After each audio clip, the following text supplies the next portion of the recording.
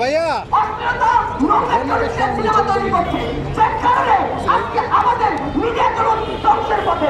গণমাধ্যম কর্মীরা এই বিষয়ে কথা বললে তাদেরকে এভাবে পিটিয়ে তারা আহত করছে।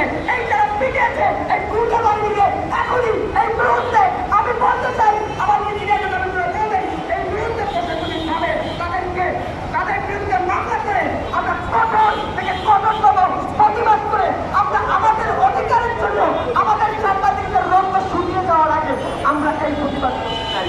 আজকে আমরা যদি প্রতিবাদ না করতে পারি, আমরা যদি তাদের বিচারের দাবি না করতে পারি, তাহলে বর্তমান সময়ে আবারও সাংবাদিকদের উপরে তারা এই ধরনের কর্মকাণ্ড করতে বাধ্য হবে।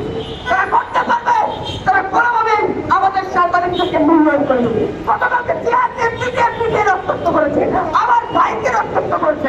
প্রত্যেকটা গণমাধ্যম কর্মী যখন আমাদের ভাই, তখন আমাদের অবশ্যই এই গণমাধ্যম কর্মীদের জন্য, আমাদের নিজেদের অধিকারের জন্য, আমাদের পেশার সম্মানের জন্য আমাদের এই লড়াই অব্যাহত রাখতে হবে। আমাদেরকে আবারও বলতে হবে, আজ যদি গণমাধ্যম কর্মীরা মিথ্যে না পারে, তাহলে কেন এক গণমাধ্যম কর্মীদের অধিকারের জন্য দাঁড়িয়েছি। আজকে প্রতিবাদ করছি না, প্রতিরোধ করতে চাই। আমরা প্রতিরোধ করে দেখিয়ে দিতে চাই। আপনার মানুষ, আপনার গণমাধ্যম কর্মী আমাদের জীবিকার তাগিদে, আমাদের পেশাদারিত্ব তাগিদে আমরা আজ এই এফবিকে সামনে দাঁড়িয়েছি। কেন দাঁড়িয়েছি? টাকার সরকার